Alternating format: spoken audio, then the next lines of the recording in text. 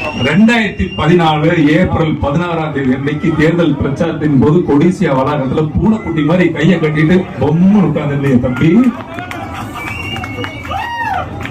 இப்ப கேட்கிறார் அவரு, இஸ்லாமிய சகோதரர்களுக்கும் இஸ்லாமியர்களுக்கும் துரோகம் விளைவிக்க வந்ததா ஒன்றிய அரசு கேட்கிறியா தம்பி? அன்னைக்கு நீ என்ன கோரிக்கையை வச்ச? கச்சத்தீவை மீட்கிறதுக்கு வந்து பாத்தியா? மீனவர் நலனுக்காக பாத்தியா? இல்ல கல்வியை சமத்துவமா இருக்கிறதுக்காக பாத்தியா?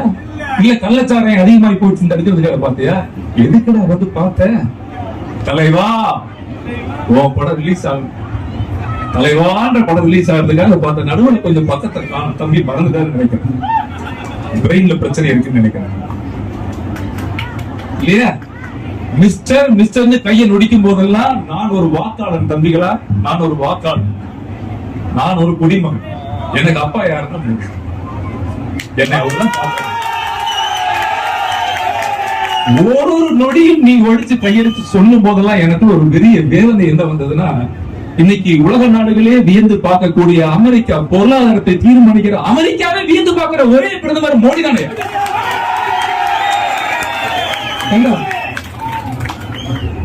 அறிவில்லை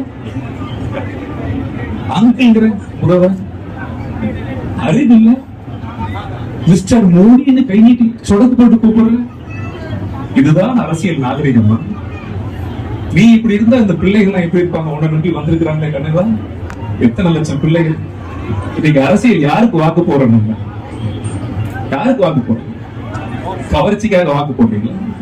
கள்ளச்சாரம் விற்கிறவனுக்கு கோர்ட் இருக்கும், டெண்டர் இருக்கும். தயவு செய்து என்னுடைய அன்பு மக்களே, இது ஒரு விநாயகர் சதுர்த்தி விழா தான். ஆனால் இந்துக்கள் ஒன்று கூடுவதற்கும் இறையாண்மையை பாதுகாக்குவதற்கும் கலாச்சாரத்தை பேணி காக்குவதற்குமான ஒரு கூட்டம். நீங்க நல்லவர்கள் எல்லாம் அந்த பதவியில் அமரவில்லை என்றால் திருடவர்கள் அத்தனை பேரும் சேருக்கு ஆசைப்படுவோம். நல்லவர்கள் நம்மை ஆள வேண்டும், அப்பொழுதுதான் நாம வாழ முடியும்.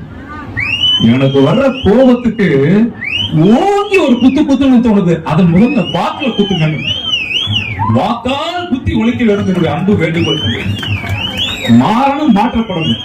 திரும்ப சொல்றேன், நல்லவர்கள் ஆள வேண்டும் என்றால் ஆளுநாள் மட்டும்தான் நாம் நிம்மதியாக வாழ முடியும்.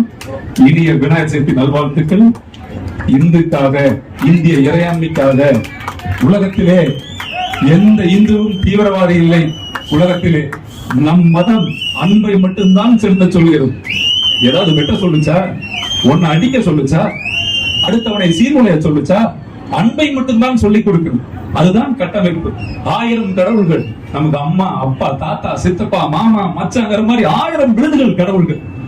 இந்தியாவில் எனக்கு மொழி தெரியாது, எனக்கு தமிழ் மட்டும்தான் தெரியும்.